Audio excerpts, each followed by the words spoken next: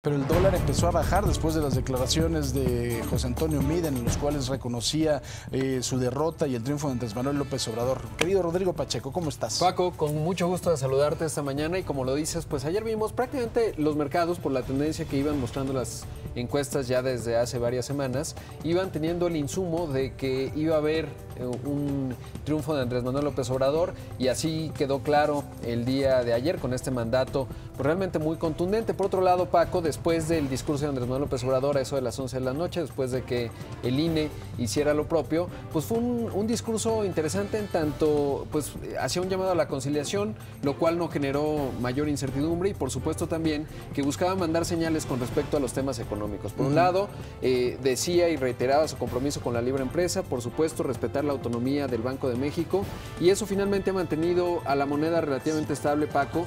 Sobre todo hemos visto que hoy el dólar en los mercados internacionales versus el peso se está vendiendo en 20 pesos, es decir, ha perdido algo de terreno. No es algo extraordinario, hemos visto con respecto a otras monedas que ha ganado más bien cierta evaluación el peso. El propio tuit de Donald Trump nos hace pensar que pudiera haber algo de espacio para que el presidente electo de México pues vaya aterrizando, ¿no? Sería poco probable que Donald Trump, en cuanto al Telecán, que dijo el fin de semana, por cierto, que no lo va a firmar hasta la elección de noviembre. Entonces estamos en una etapa en la que habrá cierto espacio para que se vaya acomodando el presidente electo, pero sobre todo las señales en cuanto a que no habrá incertidumbre en los mercados. Hace un rato platiqué, por ejemplo, con Gustavo de Hoyos, el presidente de la Coparmex, y me decía Gustavo de Hoyos, también lo mencionaba ayer en una conferencia Juan Pablo Castañón, el presidente del Consejo Coordinador Empresarial, que finalmente fue un proceso pues ejemplar el que tuvimos los mexicanos. Eso es importante para los mercados, es importante para los empresarios, porque finalmente hoy tenemos un México que fue a las urnas de manera extraordinaria, en niveles récord, pero un México que también tiene un consenso y un presidente electo que tiene un mandato, y ese mandato no parece ser disruptivo con respecto al devenir económico de México. Oye, Rodrigo, lo que siempre ha sido el temor y lo que causó el famoso error de diciembre, que son los inversionistas extranjeros, los que tienen bonos mexicanos en Nueva York, los que tienen intereses, por supuesto, de nuestro país, o sea, intereses, estoy hablando, dinero invertido en nuestro país, y que en algún momento se asustan y sacan su lana, que fue el famoso error de diciembre. ¿Qué es lo que pasa con ellos? ¿Ya se habrá hablado con ellos? ¿Hay tranquilidad porque tenemos un Banco de México autónomo? ¿Cuál es tu opinión al respecto? Te diría, Paco, que identifico tres grandes diferencias con respecto a 1994.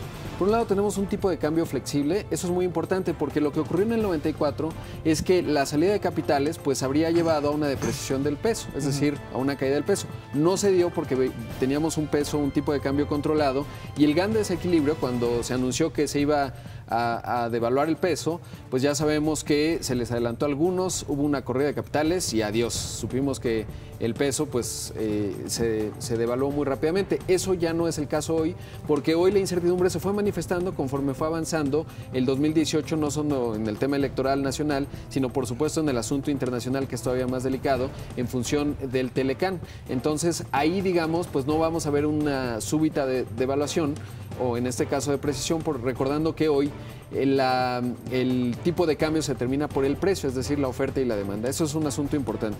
Por otro, ya lo mencionabas, en 1994 no teníamos un Banco de México autónomo. Ese fue generado en la administración de Ernesto Zedillo, finalmente cuando tuvo este mandato, y fue totalmente autónomo. Es importante porque el manejo de la inflación o el objetivo del combate a la inflación a través de la política monetaria tiene que ser autónomo, y por eso es muy importante lo que dijo ayer Andrés Manuel López Obrador en términos de respetar la autonomía del Banco de México.